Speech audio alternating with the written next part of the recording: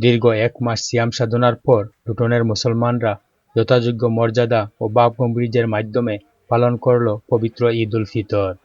লুটনের প্রধান মসজিদ জালালাবাদ জামে মসজিদ, বেরিপাক জামে মসজিদ, আল জালাল মসজিদ, ফার্লি হিল জামে মসজিদ সহ একাধিক মসজিদে ঈদের বেশ কয়েকটি জামাত অনুষ্ঠিত হয়। এতে বিপুল সংখ্যক মুসল্লি জামাতে অংশগ্রহণ করেন। ওয়ান ঈদের আয়োজনে প্রতি বছরের মতো স্থানীয় স্টকউড পার্কের খোলা ময়দানে একটি জামাত অনুষ্ঠিত হয়। এতে বিভিন্ন দেশ ও ভাষার মুসলমানরা একই কাতারে একসাথে ঈদের জামাত আদায় করেন। এখানে পুরুষদের পাশাপাশি বিপুল সংখ্যক মহিলা ঈদের নামাজ আদায় করেন।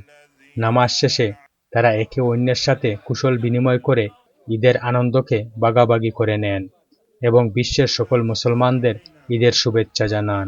জালালাবাদ মসজিদের পক্ষ থেকে আমি সারা বিশ্বের মুসলমানকে ঈদ মোবারক জানাচ্ছি। ঈদ মোবারক।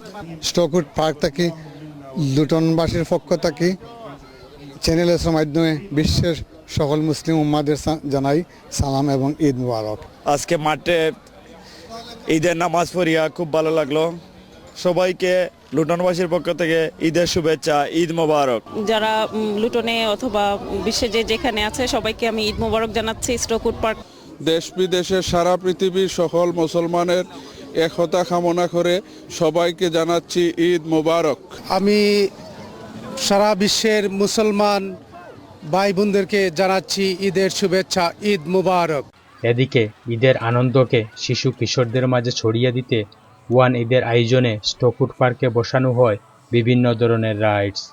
এতে শিশু কিশোররা প্রাণভরে উপভোগ করেন ওয়ান ঈদের এই আয়োজন। মোহাম্মদ তাজ, চ্যানেল এস নিউজ, লুটন।